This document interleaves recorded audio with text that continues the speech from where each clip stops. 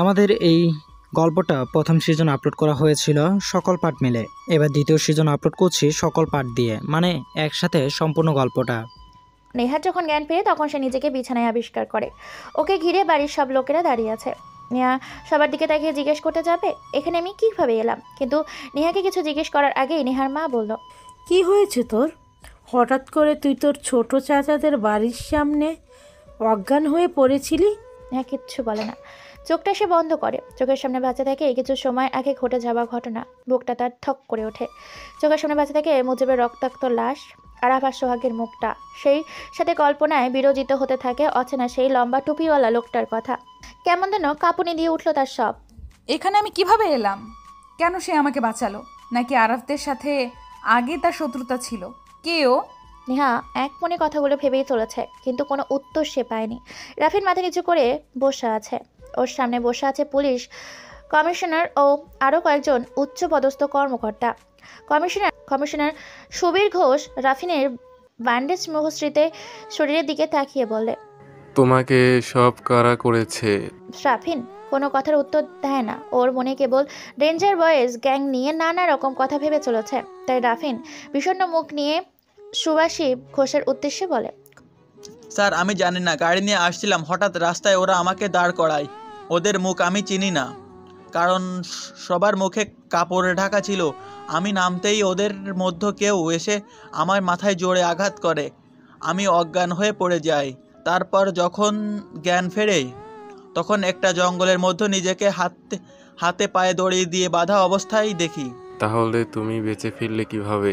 Commissioner স্যারের কথাতে এবার রাফিন চুপ হয়ে গেল। কি বলবে সে? খুঁজে পাচ্ছে না। সে কি বলে দিবে কারা তাকে বাঁচিয়েছে?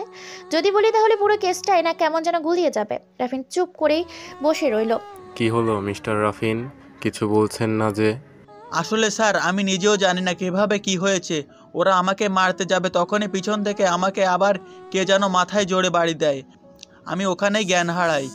জ্ঞান ফিরতেই দেখি আমি মেইন রাস্তার মানে আমার জিপ এর কাছে পড়ে আছি। ফোন বের করে হাবিলদারকে ডেকে হসপিটালে যাই। আমিও কিছু বুঝতে পারছি না স্যার, কিভাবে যে কি হলো। আমিও সেসব কাল রাত থেকেই ভেবে চলেছি, বাট এর উত্তর আমি জানবই। তাহলে এটা নিয়ে আপাতত তোমার কেস। কে তোমাকে আক্রমণ করেছে সব তথ্য তোমার খুঁজে বের করতে হবে। তারপর কিভাবে সেখান থেকে চলে এসেছো সুস্থ শরীরে, সেই সব তোমার খোঁজার দায়িত্ব এখন। Okay sir. ঠিক আছে, আপাতত রেস্ট নাও, আমরা আছি। সবাই চলে গেল। রাফিন একটু উঠে দাঁড়ায়। রাফিনের এতক্ষণ সব বানিয়ে গল্পটা সবাই বিশ্বাস করে রাফিন তা ভাবেনি। তবে সে জানে তাকে কারা হামলা করেছিল, এটাও জানে তাকে কারা বাঁচিয়েছে। কিন্তু সেই কমিশনারের কাছে কিছুই বলেনি। কেন বলেনি? তার কারণ রাফিন এখন নিজেও জানে না। সবটা কেমন যেন রহস্য লাগছে। বারবার মন বলছে ডেঞ্জার বয়েজ এই গ্যাংয়ের বলা কথাগুলো। কিন্তু আমাকে কেন তারা বাঁচালো? পুলিশদের সাথে তো মহাশত্রুতা ওই গ্যাংয়ের। তাহলে আমাকে কেন তারা বাঁচাবে? সেখানেই তো আমাকে আর ওদেরকে মেরে ফেলতো। তাহলে কি কোনো সম্পর্ক আছে আমার আর ওদের সাথে? না না, কেসটা যতই সহজ ভাবছি ততই যেন কিছু প্রশ্ন মাথায় আসছে। কেসটা পুরোপুরিভাবে কঠিন করে দিচ্ছে। নিলয় চল, আদনান সাহেব ডেকেছে। নিলয় ব্যালকনিতে দাঁড়িয়ে একের পর এক সিগারেট টান দিচ্ছে। রিশাদ বাড়িতে ছিল না বলেই সিগারেট খাচ্ছিল, কিন্তু হুট করে রিশাদ চলে আসবে নিলয় বুঝতে পারেনি। তার সিগারেট ফেলে রিশাদের দিকে ঘুরে তাকাতে রিশাদ কথাটি বলে। নিলয় মুচকি আসে, তারপর বলে, আচ্ছা চলো। রেডি হয়ে নে। তারা আর কোনো কথাই বলে না। রেডি হয়ে দুজন বের হয়। রিশাদ বাইক নিয়ে আসার জন্য যায়। নিলয় বাড়ির সামনে দাঁড়িয়ে আছে। তখনই ওর ফোন বেজে ওঠে। স্ক্রিনে তাকিয়ে দেখে মাসুমের কল। বলো। সব কিছু ঠিকঠাক তো ভাইয়া? এখন অবধি সব ঠিক আছে। আচ্ছা তাহলে রাখি, টেক কেয়ার। রিশাদ বাইক নিয়ে আসে। নিলয় পেছনে উঠে আদনান সাহেবের উদ্দেশ্যে দুজন যায়। কিছু সময় বাইক চালানোর পর তারা এসে পৌঁছে নিজ গন্তব্যে। বড় একটি বাড়ি, চারপাশ সিকিউরিটি দিয়ে ভর্তি। মাঝবয়সী আদনান সাহেবের বাড়িটা বেশ বড় ও পরিপাটি। বড় এই বাড়ির সামনের মেইন গেটে সবসময় দুজন দারোয়ান দাঁড়িয়ে থাকে, তবে ওদের হাতে রাইফেল। এক কথায় এরা দারোয়ান সিকিউরিটি। আদনান সাহেবের সাথে কেউ দেখা করতে চাইলে 3 জায়গায় তাকে চেক করা হয়, নানা প্রশ্ন করা হয়। আর বড় কথা, 1 মাস আগে তার পিএর কাছ থেকে অনুমতিপত্র নিয়ে তবেই দেখা করতে হয়। ঋষিতা নিলয় বাইকটা বাড়ির সামনে যেয়ে দামে। বাড়ির মেন গেট সবসময় বন্ধ অবস্থাতেই থাকে। নিলয়ের বাইকটা এসে সেখানে থামতেই দারোয়ান দুজন লোক দরজাটি খুলে দেয়। রিশাদ বাইক চালিয়ে ভেতরে প্রবেশ করার সময় নিলয়ের দিকে তাকিয়ে দুজন দারোয়ান সালাম দেয়। অন্য কেউ হলে এই দারোয়ানের লোক দুটো আধা ঘন্টা করে তাদেরকে চেক করতো, কিন্তু নিলয় এসেছে, তারা কখনোই তাকে চেক করবে না। পুরো বাড়িটায় কোথাও না কোনো রকম মাটি নেই, সবটা পাকা করা। ঢাকা শহরে বিশাল জায়গা জুড়ে এই বাড়িটা, আর তার একমাত্র মালিক আদনান সাহেব। বাড়িটার সামনেই বাইকটা পার্ক করে, তারপর মাথা নিচু করে নিলয় হাঁটতে থাকে আদনান সাহেবের দিকে। দরজার সিকিউরিটি টিম নিলয়ের দিকে তাকিয়ে হেসে সালাম দেয়। নিলয় তার উত্তর দিয়ে বলে, সবাই কেমন আছেন? আমিও ভালো। যান, ভিতরে যান, আপনার জন্য উনি আজ কোথাও বের হয়নি। রিশাদ আর নিলয় দুজনেই বড় ড্রয়িং রুমে প্রবেশ করে। ড্রয়িং রুমের ডান পাশে আদনান সাহেব সাদা পাঞ্জাবি পরে বসে টিভি অন করে তার দিকে তাকিয়ে আছে। নিলয় আসতে দেখে আদনান সাহেব টিভি অফ করে দেয়। আদনান সাহেবের মুখে দাড়ি নেয়, ক্লিন শেভ করা, চুলগুলো একদমই কালো। বয়সটা খুব বেশি না, আবার একদমই ইয়ংও নন তিনি। নিলয়ের মুখটা তার মায়াবী, কেবল পার্থক্য নিলয়ের থেকে বয়সে উনি বড়। নিলয়ের সামনে সোফায় যেয়ে দাঁড়ায়, মাথাটা নিচু করে ভাবে। রিশাদের দিকে তাকিয়ে আদনান সাহেব বলে, বসো রিশাদ, আসতে কোনো সমস্যা হয়নি? না স্যার, কোনো সমস্যা হয়নি। আপনার ফোন পেয়ে সোজা চলে এসেছি। গুড, কেমন আছো তোমরা? রিশাদ কিছু বলতে যাবে তার আগে নিলয় রিশাদের দিকে তাকিয়ে বলে, রিশাদ, কি কারণে উনি ডেকেছেন সেটা জিজ্ঞাসা কর, না হলে তুই বসে কথা বল, আমি গেলাম। দেখছো রিশাদ, তোমার বন্ধু এখনো আমার দিকে না তাকিয়ে সে এখনো আগের মতোই রেগে কথা বলে। নিলয়, কি প্রবলেম তোর? তার কোনো উত্তর তুমি পাবে না। কেউ কোনো কথা বলে না, সবাই কিছুক্ষণ চুপ করেই বসে রইল। রিশাদ একবার আদনান সাহেবের দিকে তাকায়, আর একবার তার নিলয়ের দিকে তাকায়।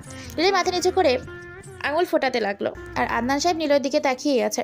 রিশাদ কিছু বলতে যাবে, তখনই সবাই শুনতে পায়, হাই ডিয়ার সুইট হাজবেন্ড, এখানে কি হচ্ছে? আমাকে না ডেকেই তোমরা কথা বলা শুরু করেছো? যাও, তোমার সাথে আড়ি। রিশাদ আর আদনান সাহেব সেদিকে তাকায়। সিঁড়ি ভেঙে রিশাদ আর নিলয়ের থেকে মাত্র 2-3 বছরের বড় একটা মহিলা তাদের দিকে এগিয়ে আসছে। মহিলার নাম তাহিরা চৌধুরী, তবে এখন সে মিসেস তারিয়া হাসান নামেই সবার কাছে পরিচিত। সবসময় হাতে কাটা ব্লাউজ পরে, গলা থেকে বুকের ওপর অনেকখানি অংশ সবসময় খুলে রাখে। শাড়ি পরলেও নাভির অনেকটা অংশ খুলে রাখে। বলতে গেলে পুরো আধুনিক একজন মহিলা। রিশাদ উঠে দাঁড়িয়ে সালাম দেয়, কারণ রিশাদ ইনাকে বেশ ভালো করেই জানেন। সালাম দিয়ে রিশাদ দাঁড়িয়ে রইল তাহিরা হাসানের থেকে বসার অনুমতির জন্য। তাহিরা হাসান সালামের উত্তর দিয়ে বলল, ও বসো রিশাদ, তোমাকে না বলেছি সালাম দেবে না, হাই বা হ্যালো বলবে? তা না হলে কেমন বুড়ি বুড়ি লাগে, বুঝতেই তো পারছো। রিশাদ মনে মনে হাসে। সে বসে তাহিরা বেগমের কথাই ভাবছে। সবসময় তিনি ঢং করে কথা বলেন। এক কাদা মেকআপ, দামি শাড়ি, সাজুগুজু ঢং করে কথা বলা নিত্যদিনের স্বভাব তার। তাহিরা বেগম সোজা আদনান সাহেবের পাশ ঘেঁষে বসে পড়ল। আহা, কি হচ্ছে কি? তোমাকে না আজ বলেছি নিচে আসবে না? নিলয় আসবে, তবুও তুমিও এখনো এই সময় নিচে? তাহিরা কথা শুনে সামনে বসা নিলয়ের দিকে তাকায়। নিলয়কে দেখেই তিনি আদনান সাহেবের কাছ থেকে অনেকটা দূরে সরে যায়। এতক্ষণে সে নিলয়কে একদমই দেখেনি। আদনান সাহেবের কিছু বলতে যাবে, তখনই নিলয় রাশাদের দিকে তাকিয়ে বলে, রিশাদ, চল, আর এখানে থাকবো না। দেখছিস না ওনার চেয়ার লিডার চলে এসেছে। নিলয়, এসব কি? উনি তোর মা হন? হয়, সৎ মা হয়। বয়সে আমার থেকে 2 বছরের বড় আমার মা হয়। তুই থাক, আমি গেলাম। নিলয় আর দাঁড়ায় না, বাইরে এসে বাইকে উঠে বসে। রিশাদ ভেতরেই আছে। নিলয় বাইকের উপর বসে সিগারেট ধরায়, উপরের দিকে তাকিয়ে সিগারেট ধোয়া ছাড়তে থাকে। ওদিকে রিশাদ তখনও ভেতরে বসে আছে। এবার না ও হলো তো তোমার জন্যই। নীলর সাথে কথা বলতে পারিনি, তুমি ভালো করেই জানো। নীলয় তোমাকে সহ করতে পারে না। তাতে আমার দোষটা কোথায়? সে সহ্য করতে পারে না তো আমি করতে পারি? আমার তো কোনো সমস্যা নেই ওর দিক থেকে। আমি তো তাকে ছেলে মনে করি নাকি? দেখো, তাহি ব্যাপারে এখন কোনো কথা বলতে চাই না। প্লিজ তুমি যাও, আমি রিশাদের সাথে কথা বলতে আসছি। তাহিরা বেগম চলে গেলেন। আদনান রিশাদের দিকে তাকিয়ে বলল, তোমাদের ডেকেছিলাম তার কারণ, তোমরা কি রাতে বের হয়েছিলে? মানে স্যার? আমি কিন্তু জানি তোমরা বের হয়েছিলে, আর কি কি করছো সেটাও আমি জানি। ও, তোমাদের না বারণ করে দিয়েছিলাম এসবে জড়াবে না? আচ্ছা স্যার, আমি নিলয়কে বলবো। ও তো শুনবে না। আমি বুঝিয়ে বলবো। আচ্ছা ঠিক আছে, সব খবর দিও, আর ওকে একটু বুঝিও সে যাতে রাগ না করে।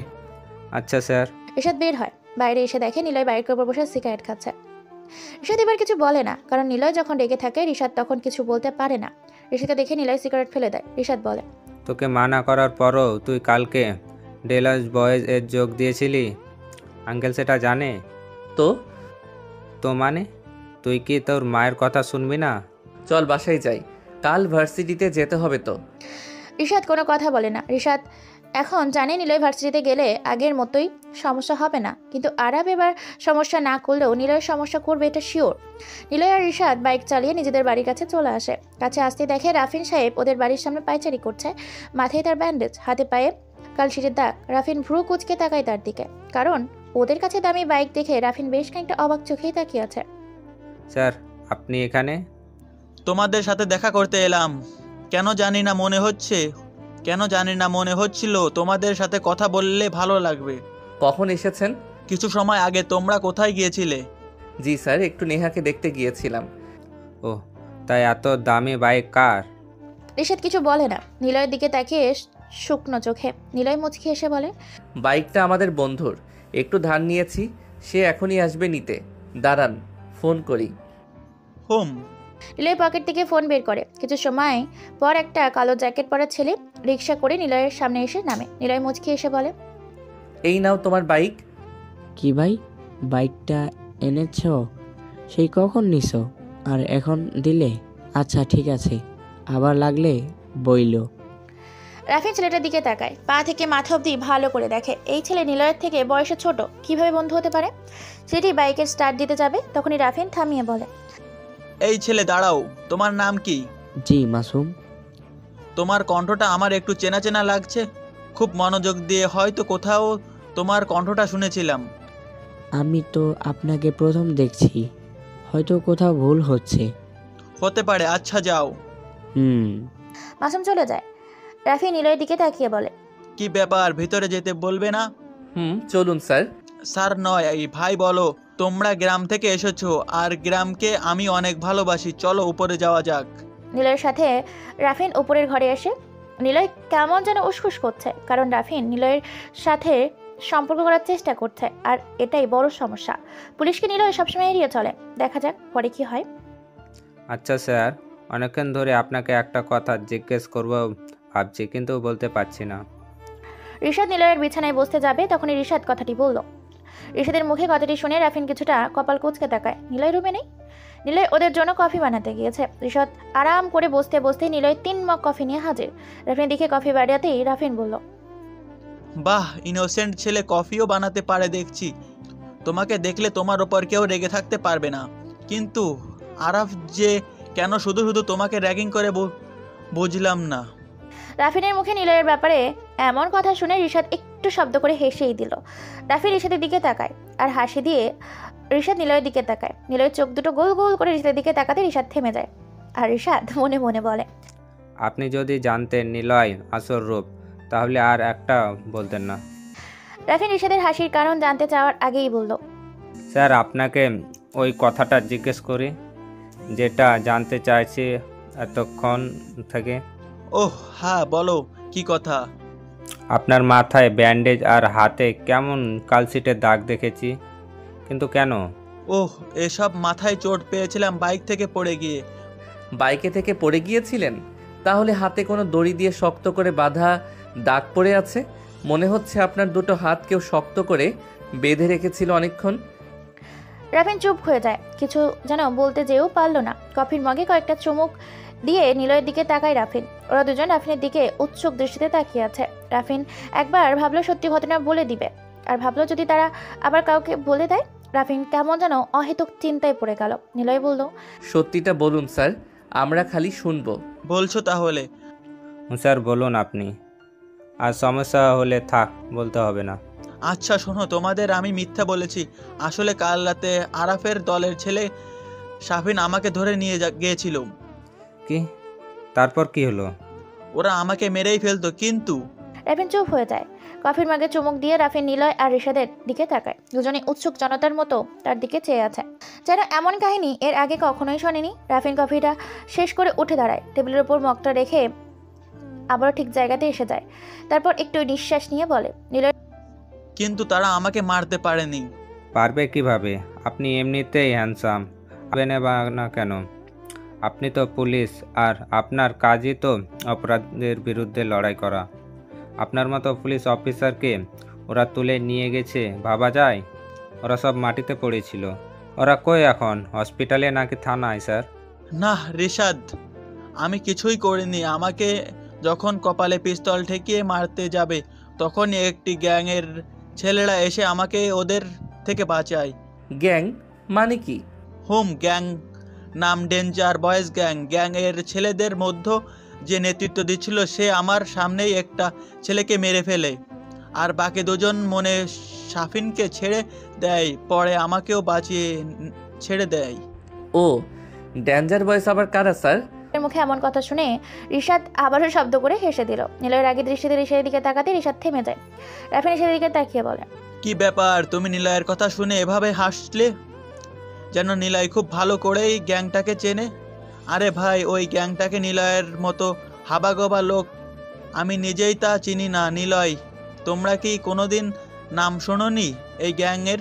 অনেক আগে একটা আর্টিকেল বের হয়েছিল, প্রথম পাতায় এই গ্যাংটাকে নিয়ে অনেক কিছুই লেখা ছিল। ছবিও দেখেছিলাম লম্বা কালো টুপি পরা একটা ছেলের। তারপর আর জানি না স্যার। আমিও পরে জেনেছিলাম। ওদের তাণ্ডব আমাকে মুগ্ধ করে। কোনো প্রকার ছিটে ফোটারও প্রমাণ রাখে না তারা। অবশ্যই ওদের কাজ কাউকে বাঁচিয়ে না রাখা। তাহলে আপনি বাঁচলেন কেন স্যার? এটাই তো রহস্য। আসলে স্যারের সাথে তো ওনাদের মনে হয় কোনো শত্রুতা নেই। আবার হতেও তো পারে স্যারের ওদের বন্ধু, স্যার ওদের বন্ধু। হয় না এমন? যেমন আমাদের সাথে স্যারের এখন বন্ধুত্ব হয়ে রয়েছে। রিশাদের কথা শুনে নিলয় জোরে জোরে কয়েকটা কেশে দিল। রিশাদ মুচকি এসে রাফিনের দিকে তাকিয়ে আছে। রিশাদ জানে এখন নিলয়ের দিকে তাকালে চোখ রাঙানি দেখতে হবে তার। আচ্ছা শোনো, তোমরা যেন আবার কাউকে বলো না এ ব্যাপারে। আর তোমাদের ভার্সিটির যাওয়ার দরকার নেই নিলয়, ওরা খুব খারাপ। আচ্ছা স্যার, ঠিক আছে। দুজনের সাথে রাফিন আরও কিছু সময় কথা বলে চলে যায়। নিলয় আর রিশাদ হাঁপ ছেড়ে বাঁচে। পকেট থেকে ফোন বের করে মাসুমকে কল দিয়ে বলে, মাসুম, বাইকটা নিয়ে চলে আয়। কোথায় আছিস এখন? ভাইয়া বাইকটা থাক না কিছু সময়, আফরিনের সাথে একটু ঘোরাঘুরি করব। আফরিনটা আবার কে? আরে ওই যে রাফিয়ানে যে ছিল সেই আফরিন। হারামি, রাফিয়ান চ্যাপ্টার শেষ। আচ্ছা যা, ঘোর। নিলয় দুই পকেটে হাত গুজে ভার্সিটিতে প্রবেশ করছে। চোখে তার চশমা। দূর থেকে নিলয় দেখতে পায় প্রতিদিনের সেই জায়গাতে আরাফ বসে থাকতে দেখত।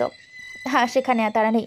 তবে ওদের বলে একজন সিনিয়র আপুরা বসে আছে। নিলয় মনে মনে একটু অখুশিই হলো, কারণ সে চেয়েছিল আরাফ তাকে আরও র্যাগিং করুক, কিন্তু না, এমন হয়নি। অবশ্য না হওয়ারই চান্স ছিল বেশি।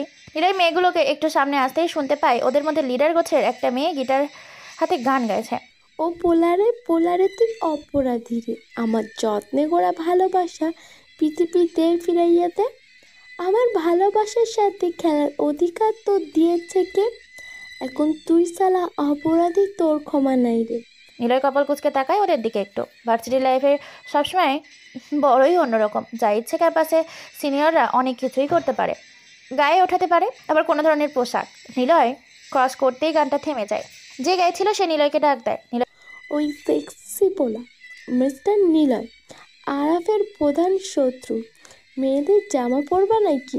থেমে যায়। নিলয় ভেবেছিল হয়তো আর কিছুই হবে না, কিন্তু কেন যেন মনে হচ্ছে এবারই বড় কিছু হতে চলেছে তার সাথে। নিলয় একটু তাকিয়ে কিছু না বলেই এক পা ফেলে আগিয়ে, তখন যেন পেছন থেকে ওর ব্যাগ টেনে ধরেছে। নিলয় তাকিয়ে দেখে সেই মেয়েগুলো, আর ঠিক ওদের পেছনে আরাব দাঁড়িয়ে। আরবের সাথে সাফিন ও সোহাগ রয়েছে। নিলয় মাথাটা নিচু করে নেয়। আরব কাছে আসে, মেয়েগুলো সরে যায়। আরব নিলয়ের জামার কলার ধরে হাঁচকা টান দেয়। নিলয় পড়ে যেও পড়লো না। আরব বলল, শুনলাম নাকি তুই নেহাকে ভালোবাসিস? ভাই, র্যাগিং করেন প্রতিদিন ঠিক আছে, কিন্তু কেন মিথ্যা দোষ দিতেছেন ভাই? নেহাকে আমি ঠিকভাবে চিনিও না। ও চাচাতো বোন অনু আমাকে বলেছে নাকি তোর কথা সব সময় বলে। কি করেছিস ওর সাথে? ভাই আমি কিছু জানি না ভাই, প্লিজ ভাই আমাকে ছেড়ে দেন। চুপ শালা, মাদারচোদ, বাংদারো, বাঞ্চোদ, তোকে মেরে সোজা উপরে পাঠাবো, তোর কোনো খবর হবে না শালা। নিলয় চুপ করে দাঁড়িয়ে আছে। আরব কিছু বলতে যাবে তখনই কোত্থেকে যেন দৌড়ে রিশাদ চলে আসে। রিশাদ নিলয়ের খুব কাছে দাঁড়িয়ে আস্তে করে বলে, কি রে, কি করবি? র্যাগিং সহ্য করবি?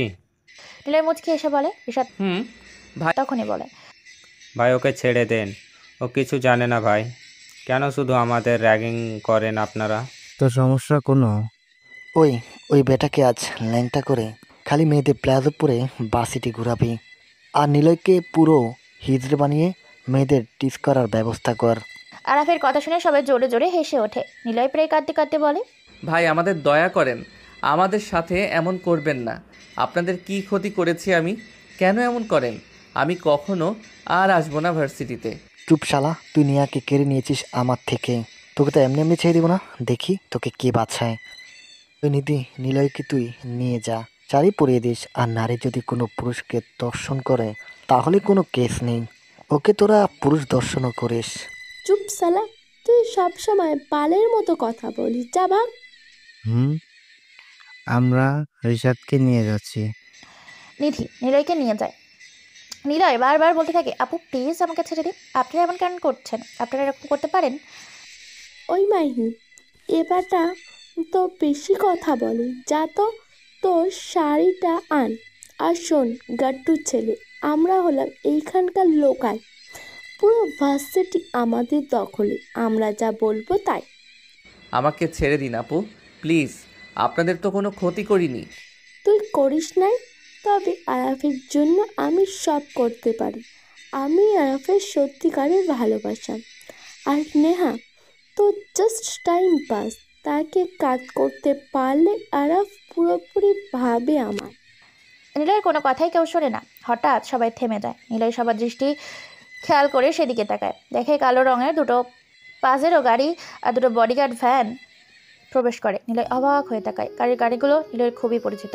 গাড়িগুলো আদনান সাহেবের, কিন্তু উনি এখানে কেন ডাকলো তাকে? নিলয় আরাব আর তার তরে ছেড়ে অবাক হয়ে তাকিয়ে আছে। এমন প্রভাবশালী লোক এইরকম ছোট জায়গাতে আসবে আরাব তা ভাবেনি।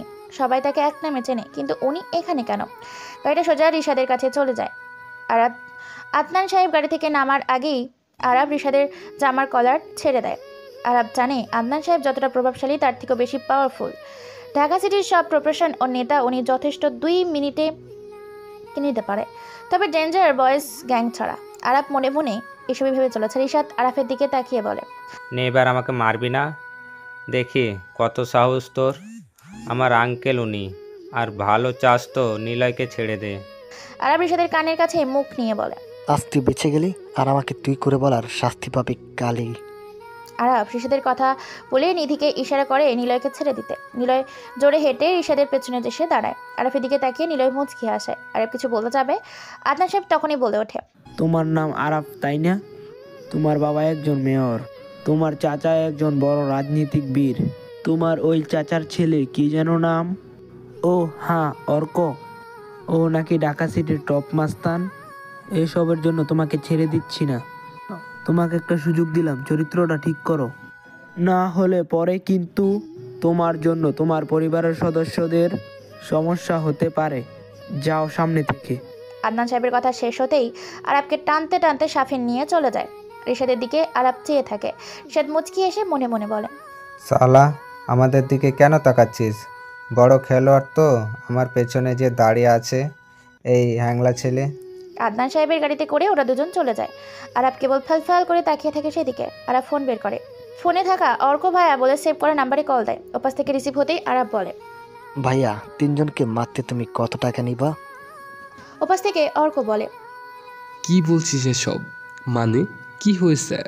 ভাইয়া বলো না, কত টাকা লাগবে তোমার? কাকে মারতে হবে বল। আজ রাতে 2 জনকে তুলে আনবো। আমাদের বাড়ির পিছনে যে পুরনো গুড়ানটা আছে না, এখানে চলে আসবে প্লিজ। তুই কি ওনাকে ভালোবাসিস? অনুর এহেন কথা শুনে নেহা হাঁ করে তাকিয়ে থেকে অনুর দিকে। নেহা ঠিক কি বলে খুঁজে পাচ্ছে না। নেহা অনুর দিকে তাকিয়ে কিছুক্ষণ রইল। নেহা কিঞ্চিত রাগ দেখিয়ে বলল, এইসব বিষয় নিয়ে ইয়ার্কি আর কখনোই মারবি না অনু, বলে দিলাম, নয়তো মানুষের প্রাইভেসি বলে যে কোনো বিষয়ই থাকবে না। অনু নেহার দিকে তাকিয়ে হাসে। অনুর হাসির কারণ নেহা বুঝতে পারে না। নেহা প্রসঙ্গ পাল্টে বলে, তোর রিশাদের কি খবর বল। আমার রিদান মানে ওই সেমরি, কি বলছিস এসব? তুই কি ভাবিস আমি কি কিছু জানি না? তুই যে নিলয়ের সাথে থাকা ওই রিশাদকে ভালোবাসিস, আর রিশাদও যে তোকে ভালোবাসে, সেটা কি আমি জানি না ভাবছিস?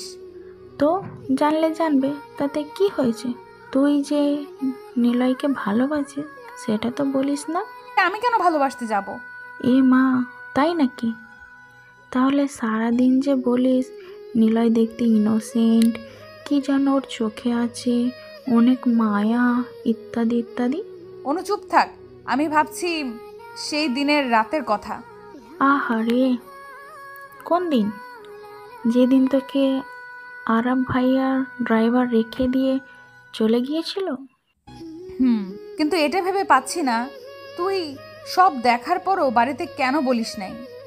সেটা পরে বলবো, তুই কিন্তু বলিস নাই সেদিন রাত্রে কি হয়েছিল। আচ্ছা, সেটাও পরে বলবো তোকে। আরাব, শাফিন আর সোহাগ অনেক রাতে ড্রিঙ্কস করে নিলয়ের বাড়ির দিকেই যাচ্ছে। রাত তখন একটা ছুঁই ছুঁই। শাফিন বলে, ভাই ড্রিঙ্কস করে কি কিডন্যাপ করা যায়? আরে গাদা, দুইটা চান্দুকে তুলতে আবার ফেস মাইন্ডে থাকা লাগে। দেখিস না জামার কলার ধরলে কেমন কান্না করে দেয়। আর ভয় পাস না, আগে আমার কয়েকটা ছেলে ওদের বাড়ির সামনে কি অবস্থান নিয়েছে। যাব, মাল দুটোকে তুলবো আর নিয়ে চলে আসবো। বাকিটা তো অর্ক ভাইয়া করবে। এখন চল। ঋষাদ টেবিলে বই পড়ছে। নিলয় পেছনের ব্যালকনিতে দাঁড়িয়ে এক কোণে সিগারেট টেনে যাচ্ছে। হঠাৎ তারা দুজন শুনতে পায় দরজায় করার শব্দ। ঠক ঠক শব্দের সাথে আরও গুনতে পেল। ওই দরজা খোল, ওই শালারা দরজা খোল, খোল বলছি। তোরা ঘরে মেয়ে নিয়ে কি? দরজা খোল। ঋষাদ দৌড়ে নিলয়ের কাছে যায়। নিলয় হাসতে থাকে। ঋষাদ ওর হাসি দেখে অনেকটাই অবাক হয়ে জিজ্ঞেস করে, তুই এমন সময় হাসিস কেন? তোর সমস্যাটা কি? তো যা, দরজা খোল, এখনই খোল, না হলে বাকিরা সবাই জেগে যাবে। আচ্ছা। ঋষাদ যে দরজা খোলে, আর সাথে সাথে কেউ একজন ঋষাদের মাথায় কালো রঙের কাপড় পরিয়ে দিয়ে বাইরে টেনে নিয়ে যায়। ঋষাদের মৃদু চিৎকার নিলয় দৌড়ে আসে। আর নিলয় ওদের কাছে আসতেই কোনো একজন নিলয়কে মাথার মধ্যে কাপড় পরিয়ে দেয়। ওরা দুজনকে দড়ি দিয়ে হাত পা বেঁধে দেয়। তারপর টানতে টানতে বাড়ি থেকে বের করে। শালা, আমাকে তুই তুই করে বলেছিলি। তোকে আজকে বাঁচানোর জন্য কেউ নেই। নিলয় হয়তো বেঁচে যেতে পারে, কিন্তু তুই মরবি। আরাফ, শাফিন আর সোহাগ তাল মারতে মারতে কথাগুলো বলে। গাড়ির মধ্যে তুলতেই ঋষাদ বলে, ভাই ভুল হয়ে গেছে, আমাকে মাফ করে দিন। আর কখনোই এমন করব না, আমাকে ছেড়ে দিন। চুপ শালা মাদারি। ভাই দয়া করে ছেড়ে দিন আমাদের। আর আমাদের কোথায় নিয়ে যাচ্ছেন? ছেড়ে দিব? আমার থেকে নিয়াকে কেড়ে নিয়েছিস, তোকে তোর শালা আগে মারবো। ভাই আপনি তো নেহাকে ভালোই বাসেন না, তাহলে নিলয়ের কি দোষ? তুই মাদারি বেশি কথা বলিস, ওকে তো আগে মারবো হারামি। কিছু সময় গাড়ি চলার পর থেমে যায়। গাড়ি থেকে পরপর কয়েকজন নামে। শাফিন আর সোহাগ নিলয় ঋষাদকে নিয়ে নামে। ওদের দুজনের মুখই ঢাকা, ওরা কোথায় এসেছে জানে না। মাথায় ঋষাদের জোরে গাঁটটা মেরে শাফিন বলে, চল শালা, দাঁড়িয়ে আছিস কেন? সোজা হাট। টানতে টানতে আরবদের গোডাউনের দিকে নিয়ে যেতে থাকে। সেখানে বসে আছে ঢাকা সিটির বড় মাপের একজন মাস্তান, নাম অর্ক আহমেদ। বলতে গেলে পুরো সিটির এই অর্ক আহমেদের কথায় নাচতে প্রস্তুত। এমন কেউ নেই অর্কের নাম শুনলে চুপ হয়ে যায় না।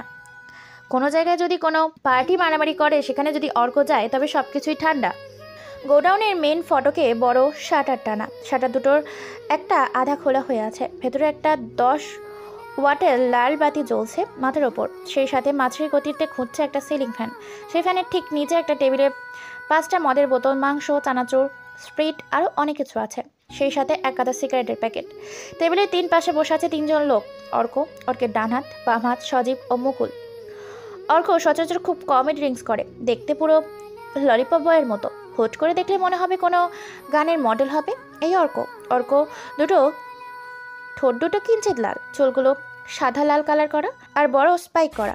কালো পলি দুটোর উপরে 3টে করে হেয়ার কাটিংয়ের দাগ।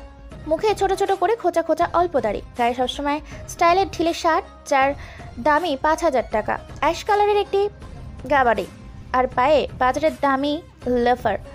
বলতে গেলে এখন বর্তমান জেনারেশনের সব লুক অর্কের মাঝেই আছে। ললিপপ বয় অথচ মাস্তান। অর্কের পেছনে পিস্তল হাতে দাঁড়িয়ে আছে তার লোকগুলো। 20 থেকে 25 জন হবে এই গোডাউনে। সবাই অর্কেরই লোক। অর্কে সীমিতভাবে ড্রিঙ্ক করে। একটা সিগারেট জ্বালাতেই শুনতে পায় শাটার তোলার শব্দ। সবাই সেদিকে তাকালো। দেখে আরাব আগে গোডাউনে প্রবেশ করছে। আরাব প্রবেশ করতেই বলে, সবাই আসসালামু আলাইকুম ভাইয়া। দেখে আরাবের পেছনে আরও 2 জন ছেলে প্রবেশ করছে। তবে সেই ছেলেগুলোর মধ্যে 2 জনের মুখ ঢাকা। আরাব যে মুকুল ও সজীবকে তুলে চেয়ার থেকে আরাব যে সেই চেয়ারে বসে। তারপর পকেট থেকে চেক বই বের করে টেবিলের সামনে রাখে। ভাইয়া সাইন করে দিচ্ছি দুটাকে মারতে আর লাশ ঘুম করতে। যত টাকা তোমার লাগে তুমি নিজে অ্যাকাউন্টে বসিয়ে নিও। আর আজকের পর থেকে তুমি আমাকে চিনবে না আর আমিও তোমাকে চিনব না। ওরা যদি বেছেও পেরে কিন্তু কোথায় নিয়ে এসেছি তা তারা জানেও না। আমি নিজের চোখে ওদেরকে মরতে দেখতে চাই। সাইলেন্সার লাগিয়ে জাস্ট গুলি করবে, লাশ মাটিতে পড়বে। আমি চলে যাব, সকালে এসে রক্ত সাফ করার মধ্যে আমার কাজ শেষ। আরাফের কথা শুনে অর্ক মুচকি হাসতে থাকে। আরাফ অর্কের হাসির কারণ একদমই বুঝতে পারে না। অর্ক বলে, এই নে মাল খা, মাথা ঠান্ডা কর, আর নে ধর তোর চেক বই। তোর কত টাকা লাগবে আমাকে বল, আমি নিজেই তোকে টাকা গিফট করব। আর বড় কথা, দেখতে হ্যাংলা মার্কা এই দুটো ছেলেকে মারতে তো আমার গুলিও খরচ করা লাগবে না। আমার ছেলেরা তো এদের পাঞ্চিং ব্যাগ বানিয়ে ঘুষি মেরে মেরে একদম মেরে ফেলবে। সবাই হো হো করে হাসতে থাকে। সবাই হুট করে হাসি থেমে যায়, কারণ তাদের হাসির মধ্যে কেউ একজন জোরে পিট করে টাইপ হাসি দিয়ে উঠল। সবার হাসি থেমে গেলেও এই হাসি থামে না। ভালো করে খেয়াল করলে দেখে রিশাদ জোরে জোরে হাসছে। ওই শালা, তুই হাসিস কেন? ভাই, এই শালাকে আমি নিচে মারবো। এই শালা বেশি জ্বালিয়েছে আমাকে। দাঁড়াও, দরজার পুরো শাটার অফ করে আসি। আরাফ দৌড়ে শাটার অফ করে এসে চাবি জানলা দিয়ে বাইরে ছুঁড়ে ফেলে দেয়। তারপর এসে রিশাদের মুখে একটা জোরে জোরে খুশি চালায় আরাফ। কালো কাপড় দিয়ে লাল রক্ত বের হয়ে আসছে। তারপর নিলয়কে কয়েকবার খুশি মারে আরাফ। আরাফ একটু হাঁপিয়ে আগের জায়গায় এসে বসে। তারপর বলে, ভাই এবার সরাসরি মেরে দাও ওদের, আর নিতে পারছি না। আরে দাঁড়া দাঁড়া, এমন করে মৃত্যুর মুখে এসে আমার সামনে কেউ কোনো দিন হাসেনি। এরা হাসছে, এমনকি চুপচাপ বসেও রয়েছে। অন্য কেউ হলে এতক্ষণে কান্নাকাটি করে বলতো আমাদের ছেড়ে দিন, আর কোনো ভুল করব না। কিন্তু এরা এমন কিছু করেনি। তারা পায়ে অবধি ধরে বাঁচার জন্য কান্না করে, আর আমি তখনই তাদের মেরে দিই। এরা কিছুই তো করলো না। এদের মুখগুলো আমার খুব দেখতে ইচ্ছে করছে রে আরাফ। ও, তুমি দেখবা? অবশ্যই দেখাবো, কিন্তু তুমি হাসবে না, কারণ তুমি ওদেরকে দেখে মারতে চাইবা না। কেন রে? কারণ এদেরকে দেখে তুমি বলবা এরা কারো শত্রু হতে পারে না। দেখতে পাই সে লেভেলের ইনোসেন্ট, বিশেষ করে ডান পাশে থাকা ছেলেটা। প্লিজ হাসবে না বলো? আচ্ছা ঠিক আছে। আরাফ ওদের দুজন থেকে কালো কাপড় উঠানোর জন্য অগ্রসর হয়। তখনই শাফিন থামিয়ে বলে, ভাই আমি একটা কথা বলি। বল। সবাই তো অর্ক ভাইয়ের কাছে বাঁচার জন্য কান্না করে, এরা তো কাঁদলই না। তাহলে এদের ধরে এনে ভাইয়ের পায়ের কাছে বসিয়ে দিই, আর হাত খুলে দেই, ভাইয়ের পা শুয়ে দিই, আর আমি পিকচার তুলে রাখবো। প্লিজ ভাই, প্লিজ কথাটা রাখো। ওরে শালা, তোর মাথা তো দেখি আইডিয়াতে ভর্তি। শাফিনের কথা শুনে সবাই হেসে দেয়। সোহান আর শাফিন দৌড়ে যেয়ে ওদের টেনে তুলে হাতের দড়ি খুলে দেয়। তারপর মাথার কয়েকটা গাঁটটা মেরে অর্কের পায়ের কাছে এসে বসায়। অর্ক কোমর থেকে পিস্তল বের করে প্রথমে ডান পাশে থাকা নিলয়ের কপালে সোজা ত্যাগ করে। আর এসে পেছন থেকে নিলয়ের মুখের কাপড় আস্তে করে তোলে। ঠিক তখনই সবটাই যেন হুস করে নিস্তব্ধ হয়ে যায়। কেবল খট করে একটা শব্দ হয়, তবে সেই শব্দটা কোনো গুলি চলার শব্দ নয়, চেয়ার পড়ে যাওয়ার শব্দ। আর সেই শব্দের উদ্দেশ্যে সবাই সেদিকে তাকিয়ে বোবা হয়ে যায়। চোখের পলকে যেন কারো একবারের জন্য হলেও পড়ছে না। সবাই গাল বড় বড় করে চোখ কপালে তুলে অর্কের দিকে তাকিয়ে আছে। আর অর্ক, কি মিস প্রেম কুমারী, শুয়ে শুয়ে কার কথা ভাবছেন? অনু কথা শুনে নেহা শোয়া থেকে উঠে বসে। নেহা শুয়ে শুয়ে ফোনে নিলয়ের ছবি দেখছিল। ছবিগুলো সেই অনুর ফোন থেকেই নিয়েছে, কারণ অনুর বয়ফ্রেন্ড রিশাদ। আর রিশাদ অনুর কাছে যতগুলো ছবি পাঠিয়েছিল তার অধিকাংশ নিলয়ের সাথে তোলা। তাই নেহা অনুকে না জানিয়ে ছবিগুলো নিয়ে রেখেছিল। কিন্তু অনু এখন সেটা দেখতে পেয়েছে, তাই আবার বলে, কালকেই বলে দিস, নিলয় ভাইয়ের জন্য আমার বোনটা পাগল হয়ে যাচ্ছে। আহারে, আমি বলবো? থাক। অনু বেশি বকিস না, এসব প্রেম ভালোবাসা আমি বিশ্বাস করি না। এই যে শুরু করলো বক্তব্য, এখন কখন যে শেষ হবে আল্লাহই জানে। কি? আমি বক্তব্য দিচ্ছি? তোর আমার কথা শুনে মনে হচ্ছে আমি বক্তব্য দিচ্ছি? অনু, তুই যা আমার সামনে থেকে। আহারে আমার লজ্জাবতী রে, আহা পরাণটা জুড়াই গেল রে। কেউ আমাকে পানি দে রে, ডুবে মরার জন্য না, খাবো। অনুর কথাটা বলে মুখটি ভাসতে লাগলো। নেহা বুঝে গেছে এখন অনুকে না থামালেই খেপিয়ে মারবে, তাই প্রসঙ্গ ঘোরাতে নেহা বলতো, দেখ ফাজলামো রাখ, এখন বল তুই তো দেখেছিলি আমাকে রতন চাচা যেদিন অজ্ঞান অবস্থায় রেখে গিয়েছিল, তাহলে তুই কেন বলিস না এই বাড়িতে এই কথা? তার আগে বল তোর সাথে কি হয়েছিল? আমি তো ভেবেছি তোর সাথে ওই জানোয়ারগুলো কি না কি করেছে, আর তুই তা সহ্য করতে না পেরে জ্ঞান হারিয়েছিস। অনু, থাপিয়ে না তোর গাল লাল করে দেব। কি করবে ওরা? বেয়াদব কোথাকার। শোন, ওদের এত সাহস নেই আমাকে কিছু করার। অবশ্য ওরা আমাকে খারাপ কিছু করার জন্যই তুলে নিয়ে গিয়েছিল। যখন নিয়ে যাচ্ছিল তখনই কেউ একজন এসে আমাকে ওদের থেকে বাঁচায়, আর আমার সাথে সেই লোকটা মুজিবকে গুলি করে মেরে দেয়। মুজিবের লাশ আর রক্ত দেখে আমি অজ্ঞান হয়ে গিয়েছিলাম। তারপর যখন জ্ঞান ফিরে নিজেকে নিজের বাড়িতেই দেখি। ও, আর আমি ওসব ভয়ে কাউকে কিছু বলিনি।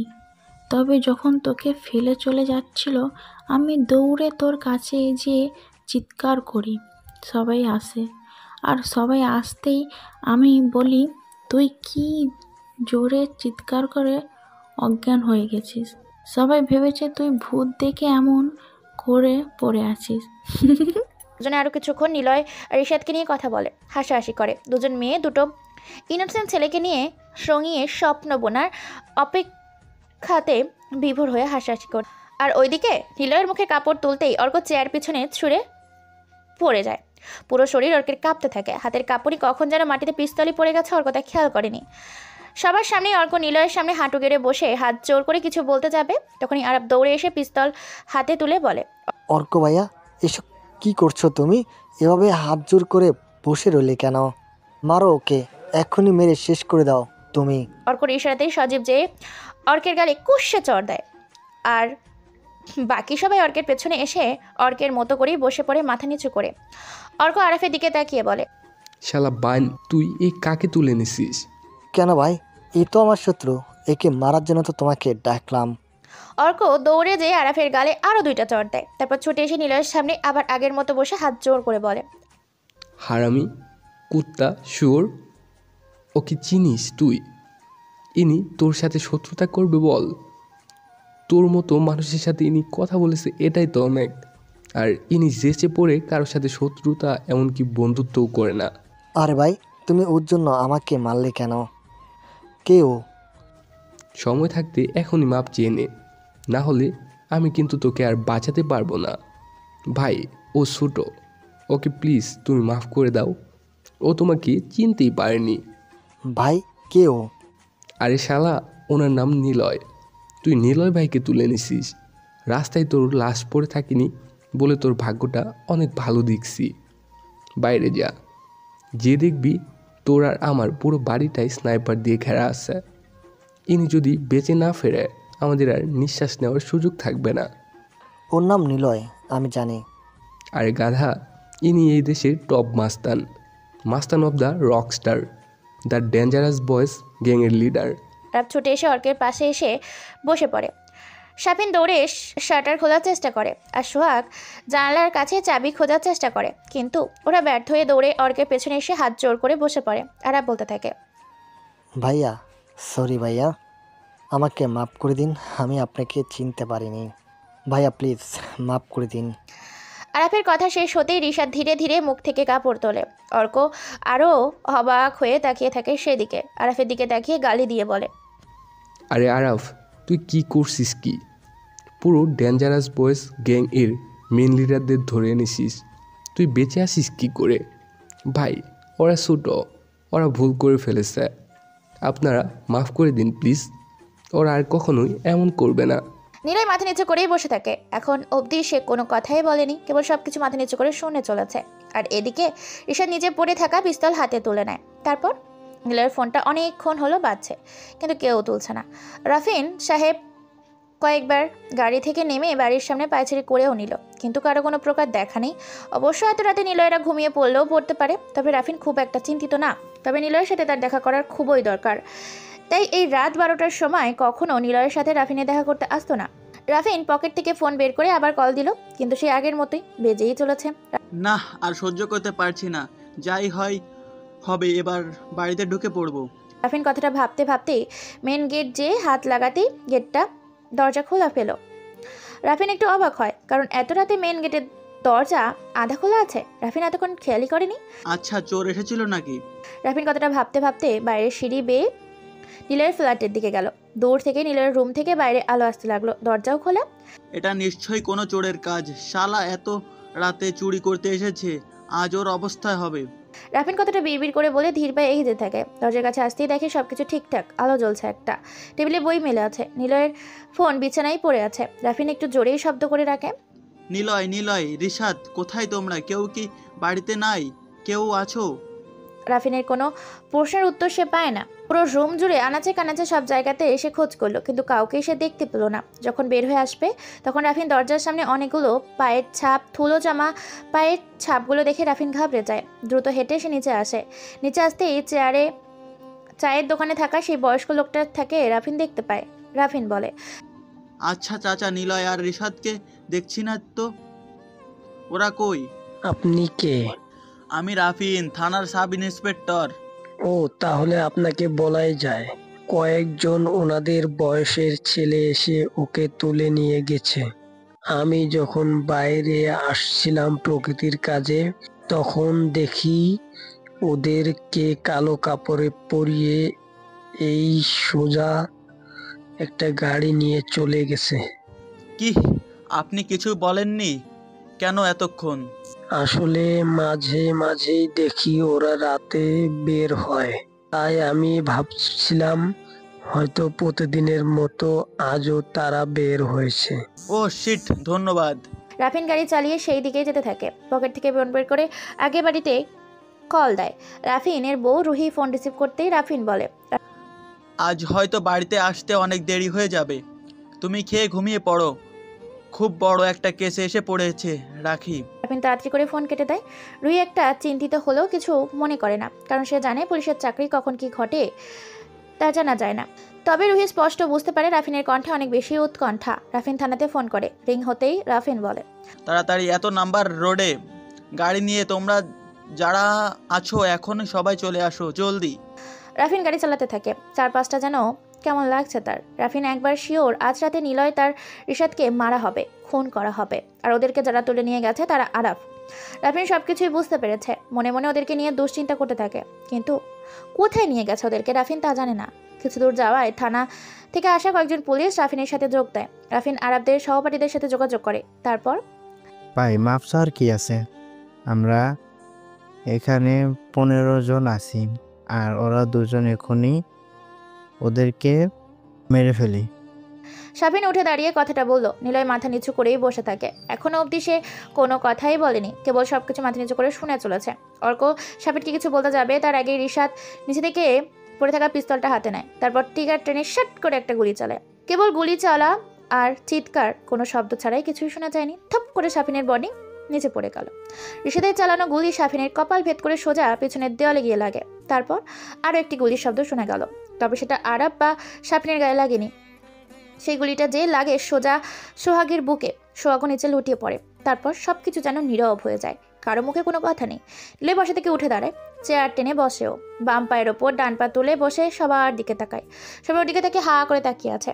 টেবিলে থাকা সিগারেট প্যাকেট থেকে একটা সিগারেট বের করে জ্বালায়। তারপর ধোঁয়াগুলো উপরে ছেড়ে দিয়ে বিদঘুটে একটা হাসি দেয়। অল্প ভালো করে জানে নীলয়ের এই সিচুয়েশনে হাসি দেওয়াটা ভয়ঙ্কর একটা পরিস্থিতি তৈরি করবে। রিশাদ উঠে টেবিলের ওপর বসে পড়ে। তারপর ড্রিঙ্কসের বোতল নিয়ে ঠক ঠক করে গ্লাসে ঢেলে খেয়ে নেয়। নিলয় বাম হাতে জ্বলন্ত সিগারেট, ডান পায়ে রিশাদের হাত থেকে পিস্তল নিয়ে সোজা আরাফের কপাল বরাবর তাক করে। অর্ক প্রায় কান্না করতে করতেই বলে, ভাই ও ছোট, প্লিজ ওকে ছেড়ে দিন, ও আপনাকে চিনতে পারেনি। ভাইয়া প্লিজ আমাকে মাফ করে দিন, আর কখনো আমি এমন করব না। আরাফের কথা শেষ হতেই নিলয় গুলি চালিয়ে দেয়। তবে আরাফের কপালে নয়, আরাফের বাম হাতের কবজিতে গুলি করে। আরাফ উল্টো পড়ে যায়, যন্ত্রণায় চিৎকার করে ওঠে। শাফিনের লাশের ওপর হুমড়ি খেয়ে পড়ে আরাফ। ওদের দুজনের লাল তাজা রক্তে চারপাশ যেন কেবল অনেক কিছু পরিবেশ তৈরি করেছে। বদ্ধ ঘরে হলুদে আলোয় রং, তাজা রক্ত যেন ভয়ঙ্কর রং ধারণ করেছে। কেউ কোনো কথা বলছে না, কেবল শোনা যাচ্ছে আহ আহ ওহ আত্মচিৎকার। ডান হাত দিয়ে বাম হাতের ক্ষততে চাপ দিয়ে ধরে মাটিতে মুখ থুপড়ে চিৎকার করছে আরাফ। ও চিৎকার যেন বদ্ধ পরিবেশে বেশ আত্মনিহিত ভয়ঙ্কর গোত্র তৈরি করেছে। চারপাশে যেন মনে হচ্ছে আর্তবর্ণিত এক বিশাল থমথমে গোলকৃতি শৈলপিক বেই বেমানান, সবটা যেন বিশাল এক অদলিত পরিবেশ। অর্ক কোনো কথাই বলছে না, কারণ অর্ক ভালো করে জানে এখন যদি সে কোনো কথা বলে তাহলে তাকে ওইভাবে পড়ে থাকতে হবে। তাই মাথাটা নিচু করে আরাফের দিকে তাকিয়ে থাকা ছাড়া আর কিছুই করার নেই। নিলয় বাম হাতে থাকা সিগারেটটা আর এক টানে নিজের সাথেই থেকে নিভে গেছে। নিলয়ের বাম হাতে থাকা সিগারেটটা অনেক আগেই নিজে থেকে নিভে গেছে। টেবিলে স্বর্ণাকীর্ণভাবে পড়ে থাকা সিগারেটের প্যাকেট থেকে আরও একটি সিগারেট নিয়ে জ্বালায়। কয়েক টান দিতেই অর্কর দিকে তাকিয়ে বলে, আমি চাইলে এখনই ওকে মেরে ফেলতে পারি, কিন্তু আমি দুর্বলদেরকে কখনোই মারি না। ওকে নিয়ে চলে যা অর্ক, আর এই রাতের কথা আজকের পর থেকে সবাই ভুলে যাবি। আচ্ছা ভাই, আপনি ঢাকাতে কবে এসেছেন?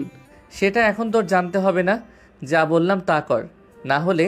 অর্ক আর কোনো কথা বলে না। আরবকে তুলে নিয়ে চলে যাওয়ার সময় নিলয় পেছন থেকে ডাক দেয়, ওই আরাফ। আরবের প্রচণ্ড রকম ব্লিডিং হতে থাকে। বহু কষ্টে মাথা ঘুরিয়ে নিলয়ের দিকে ভয়ার্ত দৃষ্টিতে তাকায়। নিলয় মুচকি এসে বলে, ভয় পেয়েছিস? আরব কোনো রকমে মাথা ঝাঁকায়। নিলয় উচ্চস্বরে হাসি দেয়, হাসি থামিয়েই বলে, ভয় পাওয়া ভালো। কাল থেকে তোকে কি বলবো রে, আপনি নাকি তুই? নিলয়ের মুখে তাচ্ছিলের হাসি ওরা সবাই স্পষ্ট দেখতে পাচ্ছে। ওরা কোনো কথাই বলে না, ঘুরে আবার শাটারের কাছে যেতে থাকে। এবার রিশাদ ডেকে বলে, ওই অর্ক। জি ভাই। তোর ভাই যেন কি বলছিল? সকালে এসে লাশের চিহ্ন পরিষ্কার করে দেবে। কাল সকালে আমরা আবার আসবো এখানে। তবে এই দুটো কুত্তার বাচ্চার লাশ যেন এখানে না থাকে, এমনকি কোনো প্রকার চিহ্নও যেন না থাকে, তাহলে কিন্তু। আমি জানি ভাই, আমি তো আপনাদের গ্যাংয়েরই। তাহলে চিন্তা করছেন কেন? সব ঠিক হয়ে যাবে। অর্ক কথাটা বলেই কোমরে থাকা পিস্তল বের করে শাটারের তালা দিয়ে রাখা তালাতে গুলি করে। তালা খুলে যায়। শাটারের টান দিয়ে উঠে চলে যায়। নিলয় আর রিশাদ সেখানেই বসে থাকে। রিশাদ নিলয়ের দিকে তাকিয়ে মাতাল অবস্থায় তাকিয়ে বলে, দোস্ত, চেয়েছিলাম আর কাউকে খুন করব না, তোকেও এই পথ থেকে সরিয়ে আনবো। মায়ের কথা আজও যেন কানে এসে বাজে রে। রিশাদ থামি। নিলয় এক মানে সিগারেট খেয়েই যাচ্ছে। ডান হাতে এখনো পিস্তল রাখা, ট্রিগার হাতে, বাম হাতে দিয়ে সিগারেট টানেই চলেছে। রিশাদ উদাস হয়ে বসে আছে, মাথার উপরে ঘুরছে সিলিং ফ্যানের দিকে। নিলয়ের মাকে সে মা বলেই ডাকতো, কারণ রিশাদ নিলয়ের পরিবারে ছাড়া কেউই ছিল না। এ কারণ ছোট থেকেই নিলয়ের মায়ের কাছে নিলয়ের মতোই আদর পেয়ে এসেছে। রিশাদ ঘাড় ঘুরে নিলয়ের দিকে তাকায়। সে এক মনে সামনের দিকে তাকিয়ে সিগারেট টেনে চলেছে।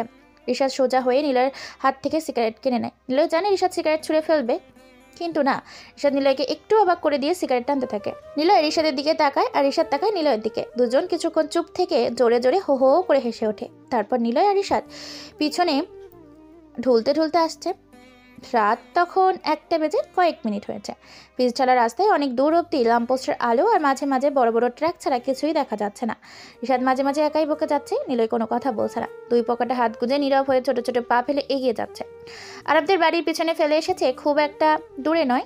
এখন আরবের বাড়ির মেন গেট পর্যন্ত বড় টিউব লাইট জ্বলছে, সেটা স্পষ্ট দেখা যাচ্ছে। তবে বাড়ি থেকে অনেক লোকের চিৎকার চেঁচামেচি এখনো শোনা যাচ্ছে, কারণ আদরের ছেলে আরব আহত হয়ে বাড়িতে এসেছে। সবাই তো চিৎকার টেনশন করবেই, স্বাভাবিক।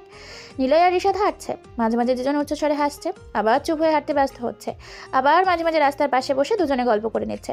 এবার কিছুটা দূর যাবার পর তারা দেখতে পায় দুটো গাড়ি ঠিকই তাদের সোজা করে সামনে আসছে। গাড়ির আলো নিলয়ের চোখে লাগছে, বেশ করই। নিলয় থেমে যায়। রিশাদ ধুলতে ধুলতে নিলয়ের কাছে আসে। কাছে এসে নিলয়ের কাঁধে হাত রেখে জোরালো গলায় বলে, ভাই, আবার কি খুন করতে হবে? ধুর, ভালো আর হব না। এরা আবার কারা রে? চুপ থাক, আগে দেখি তো। চোখে লাইট লাগার ফলে কিছুই তো আন্দাজ করতে পারছি না। লিওন আর রিশাদ দুজনেই পাশাপাশি দাঁড়িয়ে আছে। গাড়ি এসে দুজনের সামনে ডান দিক দিয়ে ঘুরে পার্ক করে। সাথে সাথে রাফিন সহ আরও কয়েকজন পুলিশ নিলয়কে সামনে এসে দাঁড়ায়। নিলয় বেশ খানিকটা ঘাবড়ে যায়। রিশাদের ড্রিঙ্কসের নেশা ওদের দেখে কখন না উড়ে গেছে, রিশাদ টেরও পায়নি। রাফিন দৌড়ে এসে নিলয়দের সামনে এসে দাঁড়ায়। নিলয় খেয়াল করে পুলিশদের গাড়ি থেকে আরও দুজন নামে। সেই দুজনকে দেখে নিলয় আর রিশাদ চোখ বড় বড় করে তাকায়। রাফিনদের পিছনে নেহা আর অনু এসে দাঁড়িয়েছে, কিন্তু ওরা দুজনে এখানে কেন? নিলয়ের চোখে মুখে একটা বৃহৎ দুশ্চিন্তার ছাপ।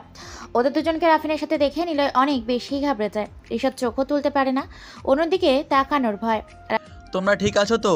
তোমাদের টেনশনে সারা শহর সব জায়গায় খুঁজে বেড়াচ্ছি। শেষে ভাবলাম আরাফাতদের বাড়িতে হয়তো তোমাদের খোঁজ পাবো, আর পেয়েও গেলাম। তোমরা ঠিক আছো তো? রাফিন এক নাগাড়ে কথাগুলো বলে চলে। নিলয় আর রিশাদ মাঝে মাঝে নেহার অন্যদিকে তাকাচ্ছে। আর একবার রাফিনের দিকে তাকাচ্ছে। তিনজনের চোখে মুখে নিলয়দের প্রতি যে চিন্তা তা বেশ বুঝতে পেরেছে এরা দুজন। রাফিন ওদের মুখে রক্তের দাগ, ঠোঁট ফেটে বের হওয়া রক্ত এখনো জমে আছে মুখে। রাফিন বুঝিয়ে নিয়েছে আরাফ এদেরকে মেরেছে, তাই রাফিন বলে, আমি তোমাদের বাড়িতে গিয়েছিলাম, সেখানে তোমাদের না পেয়ে দোকানদার চাচা বলল তোমাদেরকে কারা কালো কাপড় পরিয়ে তুলে নিয়ে গেছে। তোমাদের মতো সাদাসিধে ছেলেদের আরাপ ছাড়া আর কেউ শত্রু থাকবে না, তাই সন্দেহের বশে ওর বন্ধুদেরকেও জিজ্ঞাসাও করি এবং শেষমেশ জানতে পারি তোমাদেরকে ওরা দুজন খুন করার প্ল্যান করেছে। এমনকি নেহা আর অনুদের বাসায়ও যে জিজ্ঞাসাবাদ করি, তোমাদের কথা বলতেই ওরা আমার সাথে এখানে চলে আসে। তোমাদের খুঁজতে খুঁজতে আরাবদের বাড়ির রাস্তায় আসলাম এবং তোমাদের পেয়েও গেলাম। চলো এখনই আরাবদের বাসায়, বিষয়টা ওদের বাড়ির লোকদেরকে জানাতে হবে, না হলে ওরা আরও পার পেয়ে যাবে। চলো তোমরা আমার সাথে। স্যার, তার আর দরকার নেই, আমরা ওদের। ঋষাদের পায়ে জোরে একটা পাড়া দেয়। ঋষাদ বুঝতে পেরে কথাটা ঘুরিয়ে বলে, না মানে স্যার, আমাদেরকে ওরা কয়েকটা চট দিয়ে বুঝিয়েছে যেন আমরা আর ভার্সিটিতে না যাই। আমরা না করে দিয়েছি, আমরা আর যাব না। কেন যাব না? দিন দিন ওদের অন্যায় কাজ বেড়েই চলেছে। চলো তোমাদের সামনেই ওদের অ্যারেস্ট করব। স্যার, ওরা আমাদের আর কিছু বলবে না। আমাদেরকে মারতে নিয়ে গিয়েছিল ঠিকই, কিন্তু হুট করে কোথা থেকে ওই যে আপনাকে যারা বাঁচিয়েছিল তারা এসে আমাদেরও বাঁচিয়েছে। মানে ডেঞ্জার বয়েজ? জি স্যার। তাহলে কি ওরা আবার ফিরে এসেছে? আমার মনে হয় ওরা মানুষকে বাঁচানোর জন্যই ফিরে এসেছে। জি স্যার, কিন্তু আমাদের সামনেই ওরা শাফিন আর সোহাগকে মেরে ফেলে, আর আরাফের মারতে যায় কিন্তু ওর হাতে গুলি লাগে। সিচুয়েশন এমন ছিল, পরে আরাফকে আর মারাই যায়নি, তাই আরাফ প্রাণ নিয়ে পালায় আর আমরাও পালাই।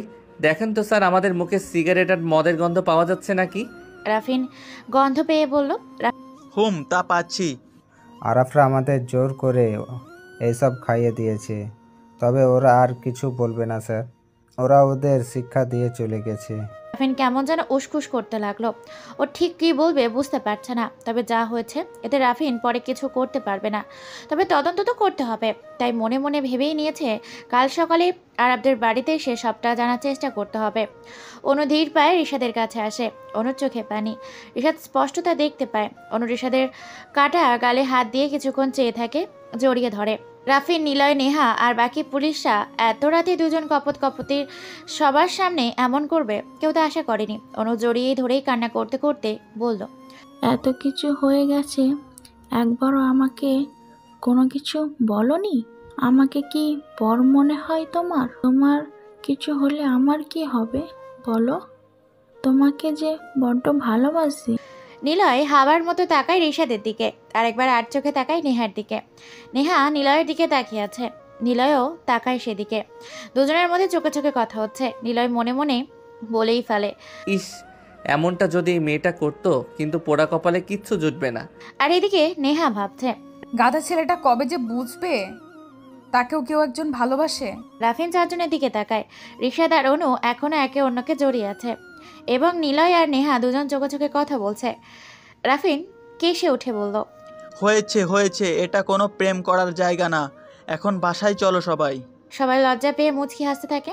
রাফিন, নেহা আর অনুকে গাড়িতে ওঠে। ঋষাদ আর নিলয় সবার পেছনের গাড়িতে কাছে যেতে থাকে। ঋষাদ নিলয়ের কানের কাছে মুখ নিয়ে বলে, তুই তো সব সত্যিটাই বলে দিয়েছিস, এখন ভয় হচ্ছে রাফিন যদি তাণ্ডব করে। গাধা, রাজনীতি আর মাস্তানি দুটো করতে শক্তি আর বুদ্ধির দুটোরই দরকার হয়। মাস্তানিতে তোর বুদ্ধি তো আছেই, কিন্তু কখন যে কি করিস কিছুই বুঝতে পারি না। ওরা দুজন গাড়িতে যেয়ে বসে। নেহার পাশে নিলয় আর ঋষাদের পাশে অনু। অনু ঋষাদের কাঁধে মাথা রেখে শুয়ে আছে, আর নিলয় কাছুমাছু হয়ে বসে আছে। গাড়ি চলতে থাকে। একসময় নেহা অস্থির গলায় জিজ্ঞেস করে, কেমন আছো তুমি? ভালো, তুমি? এখন ভালো, আগে টেনশনে ছিলাম। কেন? তুমি বুঝবে না।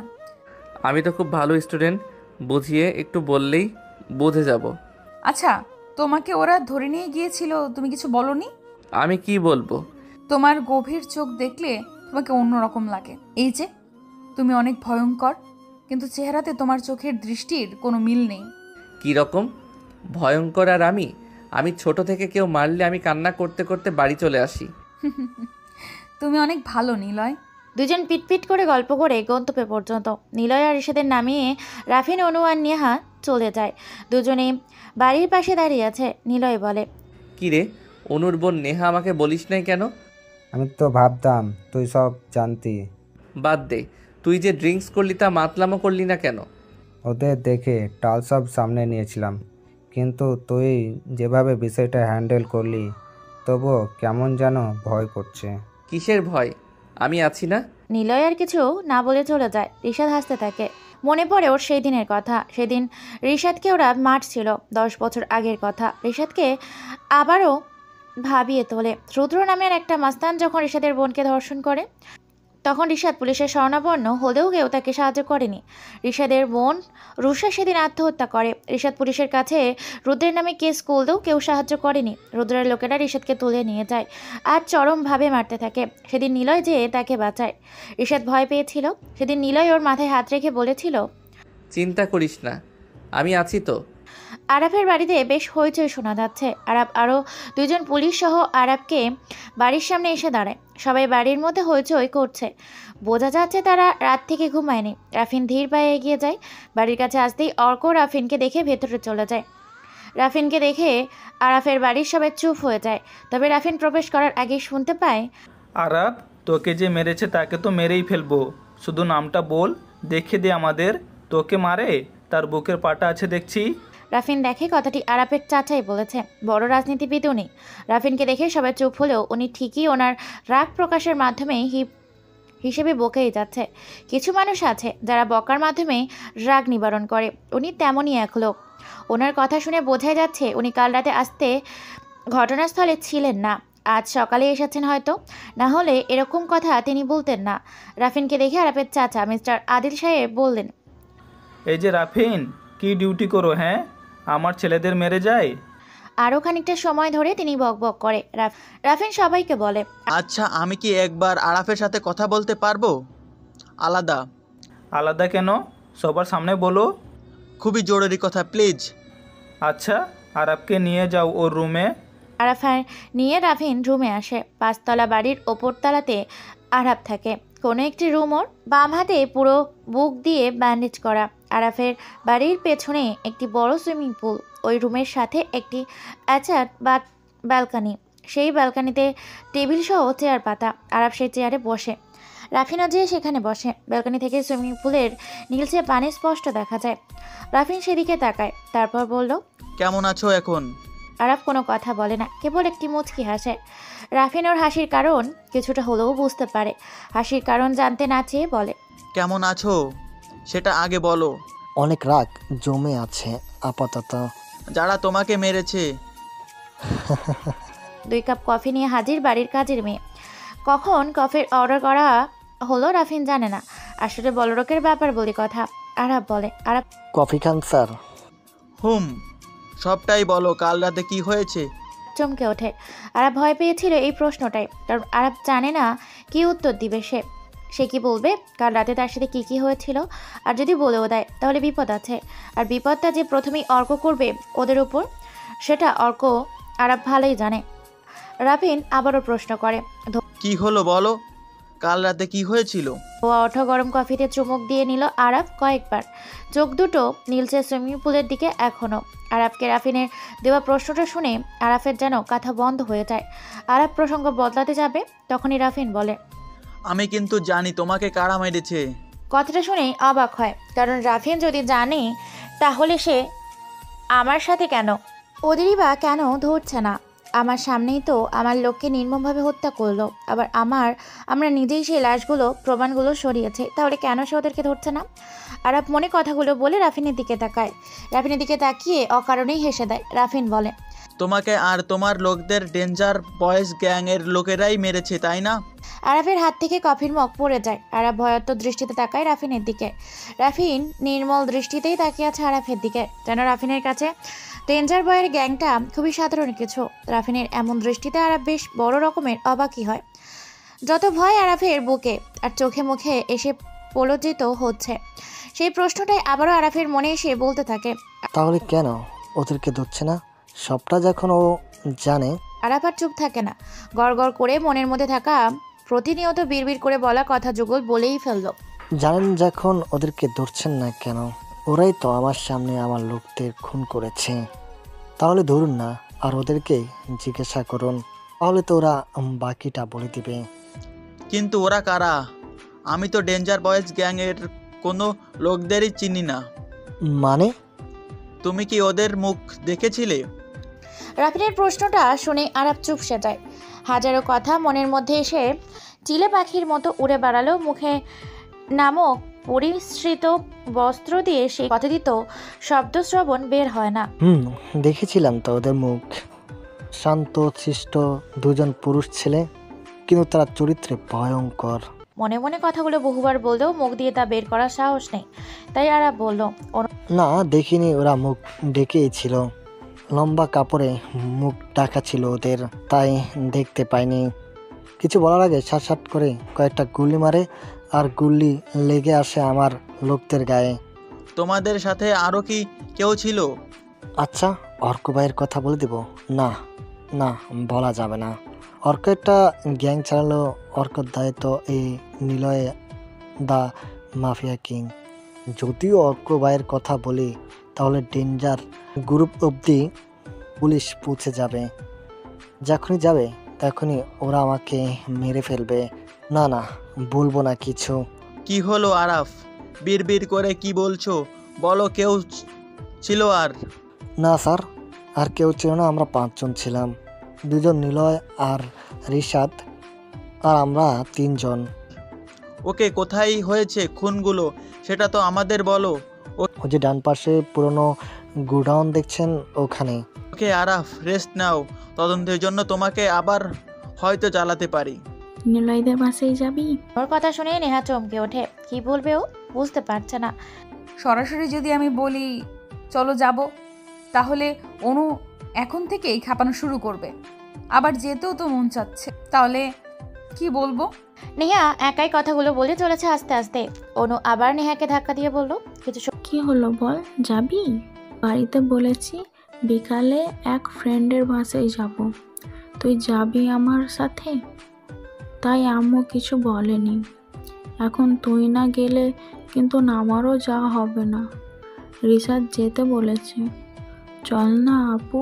তুই বলছিস বলে যাচ্ছি, না হলে আমি কখনোই যেতাম না। হয়েছে, আর ঢং করতে হবে না। সময় পর ওরা গোছগাছ করে বেরিয়ে পড়লো নিলয়দের বাসার উদ্দেশ্যে। ওদের বাড়ি থেকে নিলয়ের বাড়ি যেতে বড় একটি বাড়ি ক্রস করতে হয়। আর নেহা আর অনু দুজনেই জানে সেই বড় বাড়িটা কাদের। সেই বিশাল বড় বাড়িটা এই শহরের সবচাইতে নামকরা শিল্পপতি মিস্টার আদনান সাহেবের বাড়ি। প্রায়শই নেহা বাড়ির সামনে এসে বিশাল বাড়ির দিকে তাকিয়ে থাকে। আজও তার ব্যতিক্রম নয়। ক্রস করার সময় নেহা ওই বাড়ির দিকেই তাকিয়ে আছে। তখনই সে দেখতে পায় নিলয় আর রিশাদ বাড়ি থেকে বাইক চালিয়ে বের হচ্ছে। নেহা অনুকে ডাক দিয়ে বলে, ওই দেখ, তো রিশাদ বাইক চালাচ্ছে। তুই না বলেছিলি রিশাদ গ্রাম থেকে এসেছে, খুব সাধারণ একটা ছেলে, তাহলে দামি বাইকটা কার? অনু সেদিকে তাকায় এবং তাকিয়ে অবাক হয়। রিশাদ বাইকের সামনে বসে আছে আর নিলয় পিছনে বসে সিগারেট খাচ্ছে। বাড়ির দারোয়ানের সাথে কি যেন কথা বলছে ওরা। অনু পকেট থেকে ফোন বের করে রিশাদকে কল দেয়। রিশাদ, এই কথা তুমি? এই তো বাড়িতে। তোমরা কি আসছো? সত্যি তো বাড়িতে তুমি? তা আবার কোথায় থাকবো? আচ্ছা আসো তাড়াতাড়ি। ফোন কেটে দেয়। অনু আর নেহা একে অন্যের মুখের দিকে তাকিয়ে গাড়ি চালিয়ে চলে যায় নিলয়দের বাড়ির দিকে। এদিকে রিশাদ নিলয়কে বলে, ওই নিলয়, যেতে হবে আমাদের, এখনই চল। রিশাদ জোরে জোরে বাইক চালাতে থাকে। কিছু সময় পর নেহাদের গাড়িটা ক্রস করে রিশাদ বাইক চালিয়ে অনেক স্পিডে চলে যায়। পিছনে নিলয় বসে আছে। আজকে নিলয়কে দেখে নেহা বেশ খানিকটা অবাক হয়। কোথায় যেন সেই দিনের মুজিবরকে মারার সেই আগন্তুকের মতোই লাগছে। রাফিন আর দুজনের পুলিশ গোডাউনের ভেতর প্রবেশ করে। একদম পরিষ্কার পরিচ্ছন্ন গোডাউন। রাফিন সহ আরও 2 জন পুলিশ আরাবকে গোডাউনের ভেতর প্রবেশ করে। কেমন যেন একটা অন্যরকম গন্ধ নাকে আসতে থাকে রাফিনের। গন্ধটা সে চেনে। এই গন্ধটা ব্লিচিং পাউডারের। আর গোডাউনের ভেতরটা অনেক পরিষ্কার। রাফির যতদূর জানে গোডাউনটা অনেকদিন যাবৎ পরিত্যক্ত ছিল। তাহলে এখানে এত পরিষ্কার থাকার কথা না। আর ব্লিচিং পাউডার দেওয়া, তার মানে এখানে কোনো না কোনো ডেঞ্জার বয়েজ গ্যাং খুঁজে পাওয়া সূত্র নিশ্চয় ছিল। কিন্তু এইভাবে সব পরিষ্কার করা কেন? কোনো রহস্য তো আছে। রাফিন কথাগুলো মনে মনে বলে গোডাউনের কয়েকবার পায়চারি করে ঘুরে দিল। হঠাৎ ওর চোখ আটকে যায় গোডাউনের শাটারের তালা ঝোলানো জায়গাতে। তালা ঝোলানোর অংশটা পুড়ে ভেঙে আছে। রাফিন কনস্টেবলকে ইশারা করে শাটারটা কিছুটা নিচে নামাতে। শাটারটা যখন নিচে নামানো হয় তখনই রাফিনের নাকে কেবল একটা বিদঘুটে গন্ধ চলে আসে। আর সেই গন্ধটা স্পষ্ট রাফিনের চেনা, বুলেটের গন্ধ।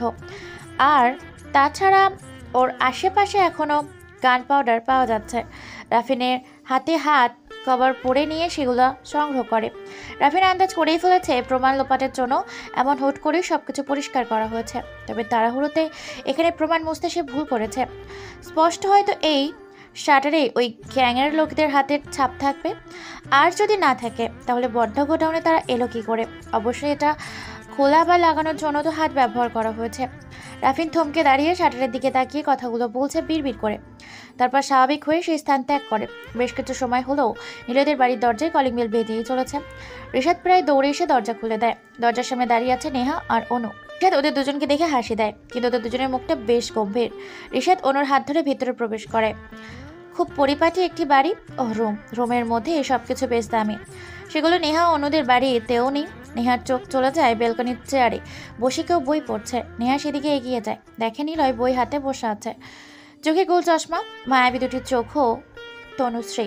নেহাকে দেখে নিলয় বলে,